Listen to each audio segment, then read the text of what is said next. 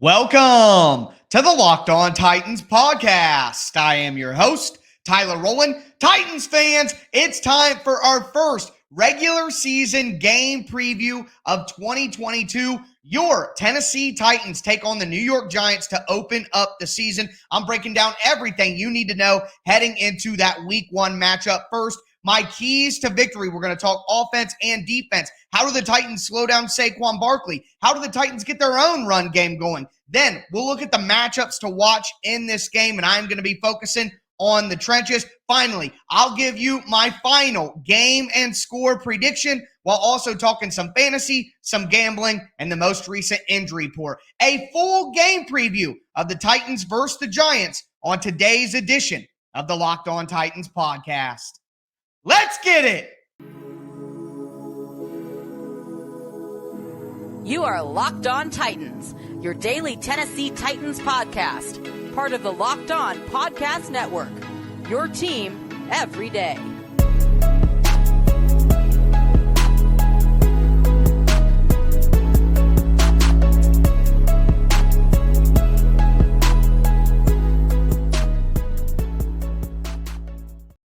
Titans fans, it is our first real game preview edition of the Locked On Titans podcast for the 2022 regular season. I could not be more excited to break down this game with you guys. Before we get into my keys to victory on offense and defense, do want to let you know that this game preview edition of the Locked On Titans podcast is brought to you by Brightco Jewelry and Watch Insurance.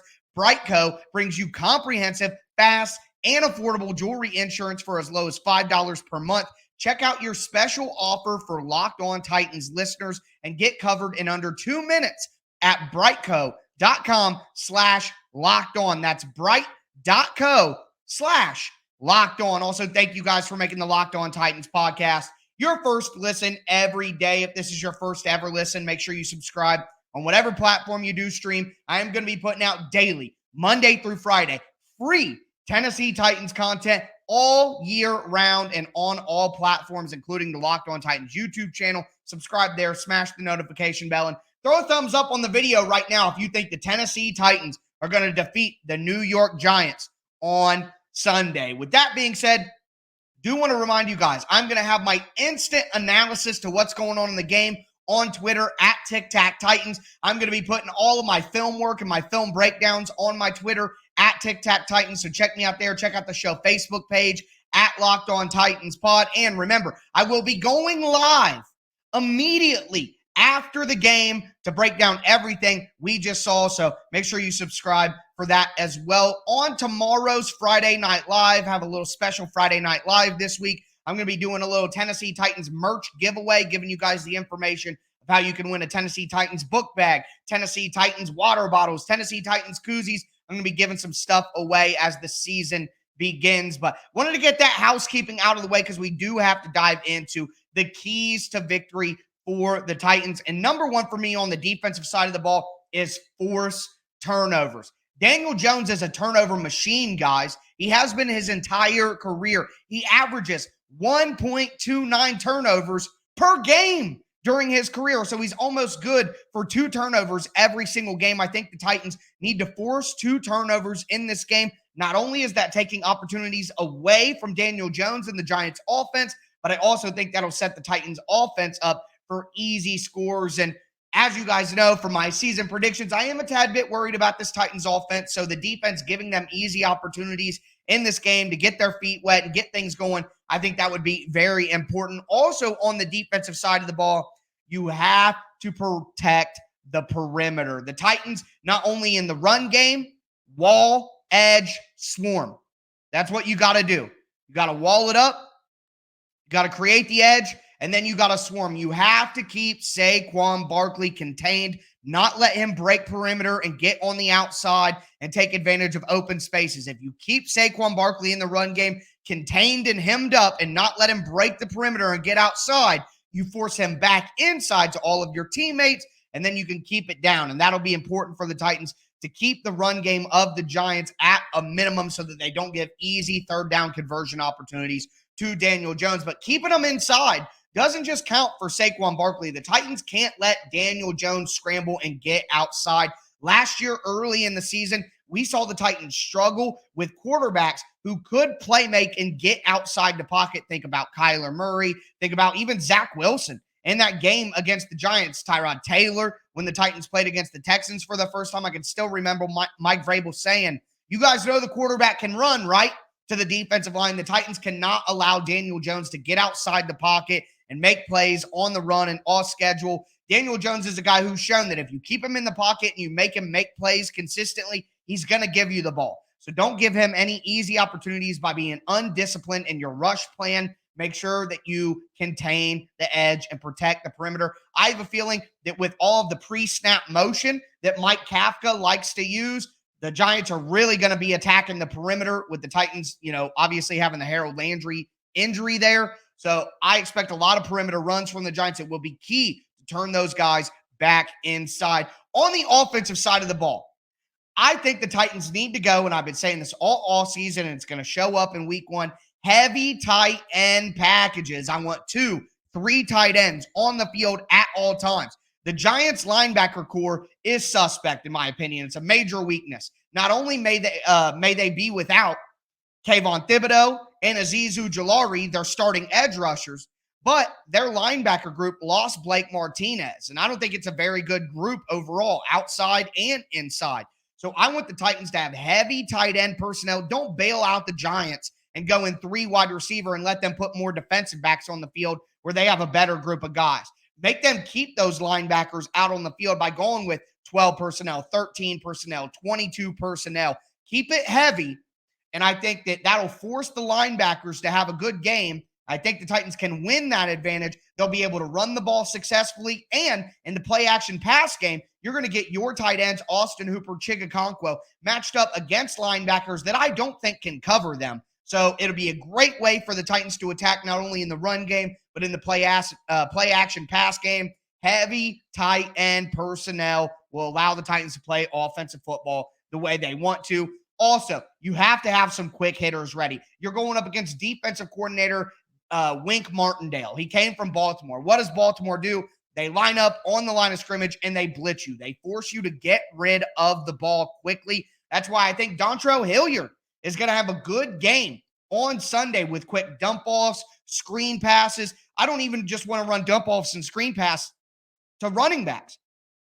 Get quick slants and quick screens to Treylon Burks. That was what he was successful at in college. Burks could have a big game here on Sunday if the Titans do use quick strike plays on offense to defeat the instant pressure that Wink Martindale is going to be bringing and get the ball in their playmakers' hands. I think Dontrell Hilliard and Treylon Burks have a great chance. Even a guy like Chigakonkwo on a quick tight end screen. I think those guys who are supreme run after catch athletes on the Titans offense have a chance to dominate because the Titans are going to have to get the ball out of their hands quickly against these pressure schemes that Wink Martindale is going to be bringing all Sunday long. So force turnovers and him guys inside on defense, heavy tight end personnel on offense, and have quick hitters designed to go up against that crazy pressure scheme that Wink Martindale is going to be bringing. Those are my keys to victory on both offense and defense. Now I want to zoom in a little bit here, talk about some individual matchups that I will be looking for in this game. Before we get into that, though, I do want to tell you guys about our title sponsor, Brightco. So look, guys, you've heard horror stories. You're proposing out on a boat. The ring falls off the side. You're at a sports game. You drop the ring. It gets stolen. You're on some tall, high building and drop your ring over the edge. I mean, in those situations, it's difficult to get any value back on that ring. In most cases, you're just SOL going up Crabs Creek. Well, here's the lesson. You don't want to be that guy, and you certainly don't want it splattered all over the internet, which it will be nowadays. That's why the guys at Brightco Jewelry Insurance will make sure that you get a replacement for the full value of your ring, no matter if it's lost, stolen, or you just can't figure out what happened to it. Go to bright.co/locked-on. It's the fastest, easiest, and cheapest way to cover your butt with the best jewelry insurance in the business. Also, they have videos of all of these crazy stories on their website at minimum.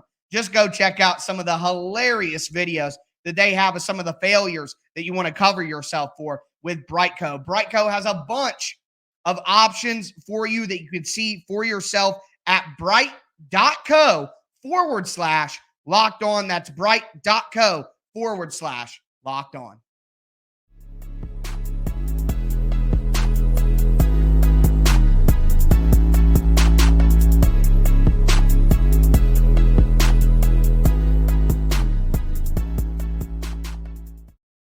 Titans fans, let's continue this game preview edition of the Locked On Titans podcast. We just talked about my keys to victory schematically on offense and defense. Now I want to zoom in a little bit, talk about the individual matchups that I think will go a long way in determining the outcome of this game. Before we get into it, I do want to thank you guys again for making the Locked On Titans podcast your first listen every day. Remember, Monday through Friday, free Tennessee Titans content here on the Locked On Titans podcast. It's your team every day. So make sure you subscribe on whatever platform that you do stream. Remember, I will be going live immediately after the game to give you my thoughts and break down everything that took place. I will have a special Friday night live edition of the show tomorrow night as well, doing some merchandise giveaways and things like that. You guys want to check that out? I'll be taking some Q&A from the chat. It's going to be a good time, a little special Friday night live. But moving into my matchups to watch here.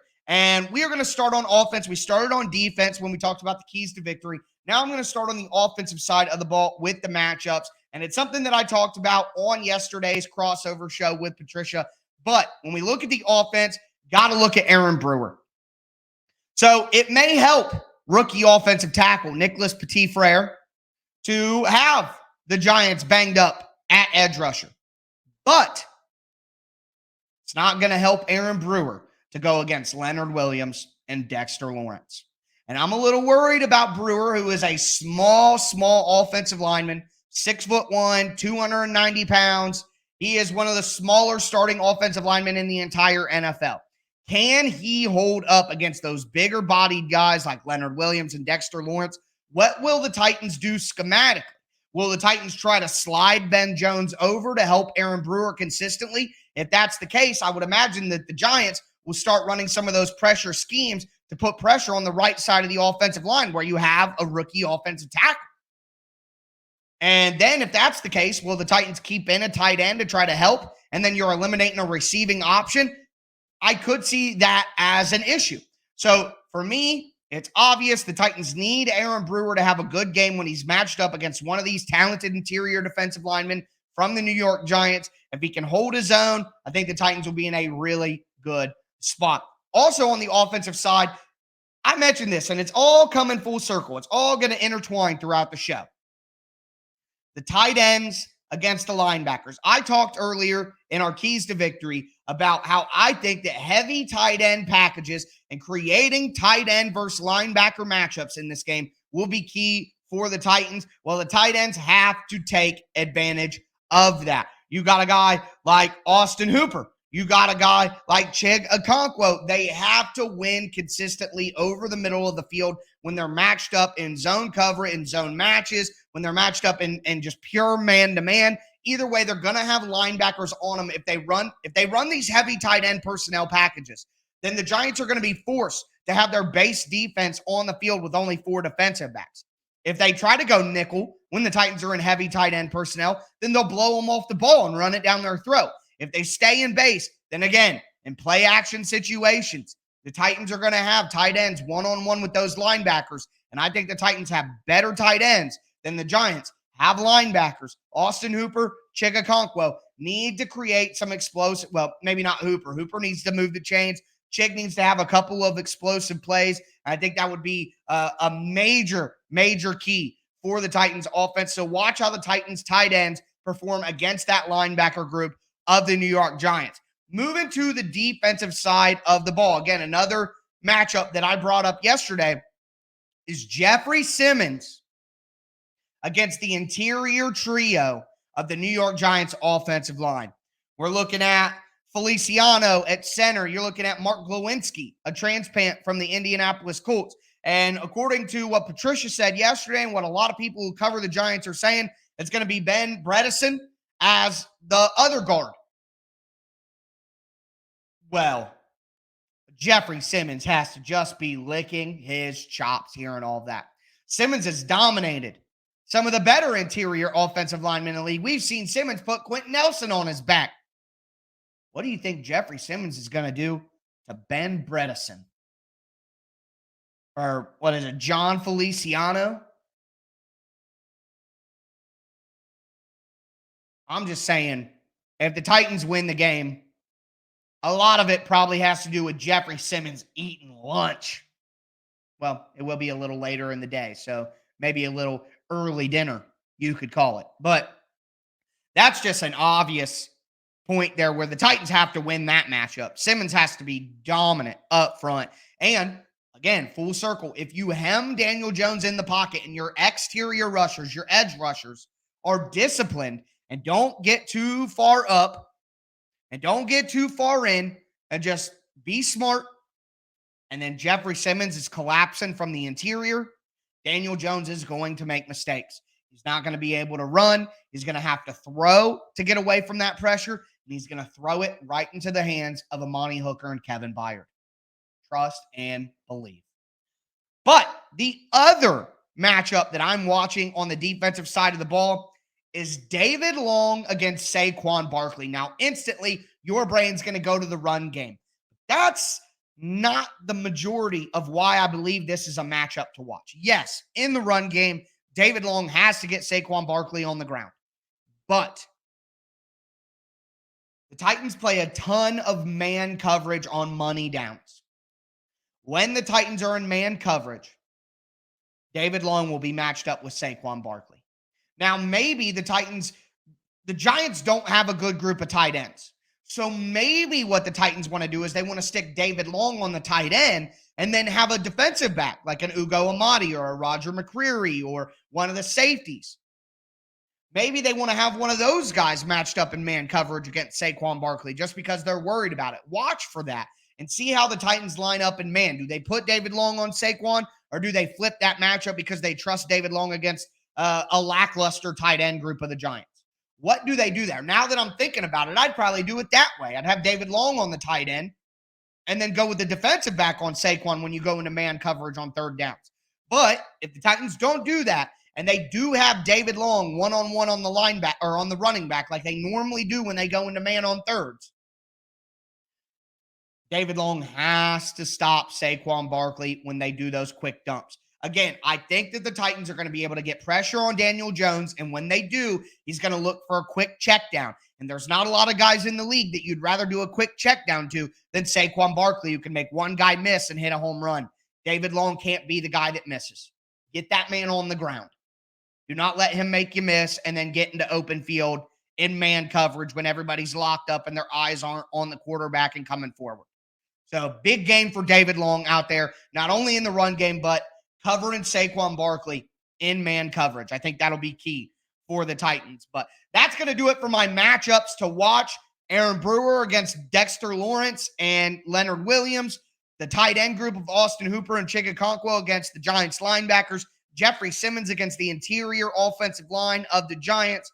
And then David Long one-on-one with Saquon Barkley. But I'm going to give you my final game and score prediction. We'll talk a little fantasy, talk a little gambling, and the most recent injury update in just a moment. Before we get into it, though, do want to tell you guys about our friends over at Prize Picks. Guys, Prize Picks is daily fantasy sports made as simple as possible. Here's what it is. You pick a roster of 2 to 5 players. Prize Picks has a projection on each of those players. Think, is Derrick Henry going to score more or less than 1.5 touchdowns on Sunday? Is Kevin Byard going to have more or less than 0.5 interceptions? Is Daniel Jones going to have more or less than 0.5 fumbles? What you do is you pick 2 to 5 of those player projections, and all you got to do is say, is it more or is it less? And if you win, you can win up to 10 times your money on your entry. So go to prizepicks.com right now, sign up using the promo code Locked On, and you're going to get a 100% deposit match up to $100. So if you deposit $100, you're going to get a free $100. You deposit $50, you're going to get a free $50. All you have to do is go to the Prize Picks app or prizepicks.com and use that promo code Locked On. Once again, that's promo code Locked On for a 100% deposit match up to $100 at prizepicks.com.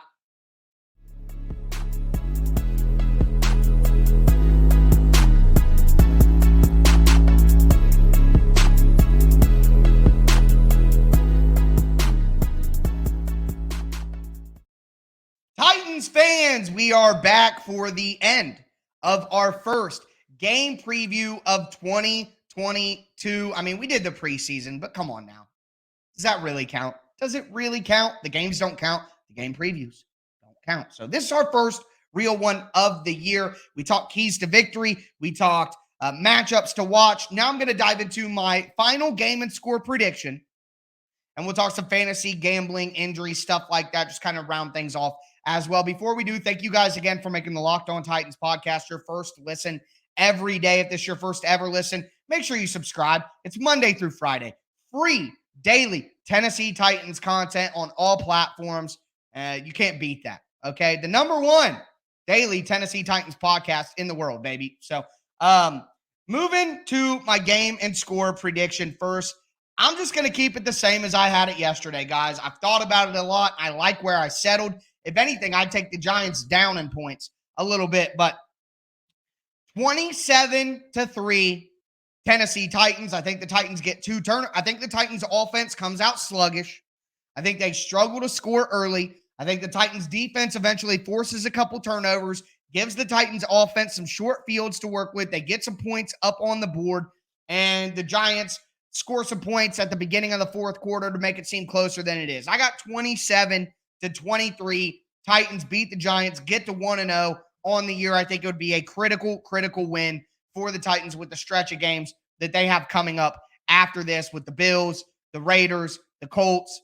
Tough stretch to start. I think it'll be important for the Titans to get this win under their belt and just flip the feeling from the way the season ended last year. So it's a big difference between how we feel going into last year, where it was all the Titans are winning the Super Bowl, baby, added Julio, got good defensive linemen. This is the Super Bowl team, and the Titans should have won the Super Bowl. Whatever. This season feels weird, okay? Going into this season feels like a bad taste in our mouth. We need to fix that. So getting a win week one is much more important this year than it was last year. That's how I feel, and I think the Titans do it. Outside of that, right now the line is 5.5. 5.5. That's a lot of points to be laying. I got to tell you, if I was betting this game, I'd take the Giants with the 5.5. I don't like the Titans giving 5.5 in a week one game. As for the over-under, 43.5 points, I'm taking the over on that. I do think that goes over. I got 50 points, 50 points is my projection, 27-23, a touchdown over. I'm going with the over on that. As for some fantasy stuff in my beautiful, dark, twisted fantasy preview, always love that. For season long, you're playing Derrick Henry. I think you play the Titans defense, and I'd probably play Robert Woods in a flex if he's on your team. For daily fantasy, I'm going with Ryan Tannehill. I'm going with Austin Hooper and Dontrell Hilliard. I'll say it again. I think we get a big game from Dontrell Hilliard because of the pressure that Wink Martindale likes to bring at the line of scrimmage. So look for Dontrell Hilliard to have a pretty good game, in my opinion. But other than that, for injuries, the Titans are probably going to be without Elijah Molden. They're probably going to be without Lonnie Johnson, who both didn't practice at all this week. Ola Adeniyi was actually added to the injury report on Thursday with a neck issue. He was limited. I'm not too worried about that. I think Ola plays. And then Jamarco Jones has been limited all week with a triceps injury. Not expected to be a starter. They got Dylan Radins as a backup for offensive tackle or interior offensive line. So I'm not entirely concerned about that one. Either on the Giants side, again, they're two edge rushers, Azeez Ojulari, Kayvon Thibodeau. They've been limited all week long. I would be shocked if they went out there and played, but either way, not much about what I had to say in my game plan would change if Azeez Ojulari was able to play. I don't think there's any way that Kayvon Thibodeau is going to play, and it'll probably be Thibodeau that plays and Ojulari that doesn't now because I said that. But either way, those are the only real injuries that we're monitoring other than Harold Landry, which we kind of just have to move past and quit mentioning him. He's out for the year. He's not coming back. Other than that, Titans are okay. I will say that without Lonnie Johnson, without Elijah Molden specifically, Ugo Amadi going to have to step up and be that early down slot cornerback for the Titans when they're in their big nickel packages. I expect Roger McCreary to move into the slot on passing downs with Caleb Farley coming in as the outside cornerback on third down. So watch how the Titans parse out that rotation on Sunday. We're going to learn a lot about how the Titans see the rotation, but we also can't overreact to week one either. The Titans got drubbed 38-13 last year in week one. And if you would have asked any Titans fan after that game what the Titans were doing that year, they would have told you nothing. And the Titans still got the number one seed at the end of the season. So let's just try not to overreact to week one. Let's have that as our motto. But again, I'm going to go live on Friday night to talk some merch, Q&A with you guys. Just a little Friday night special since I didn't have a show on Monday with the holiday. But game preview on Sunday night. I'll be back with you guys ready to break it all down. Can't wait, man. Can't wait. It's coming. So be here at the Locked On Titans podcast right after the game so we can all have fun together. But that's going to do it for me today, folks. As always, I am your host, Tyler Rowland, and this was Locked On Titans.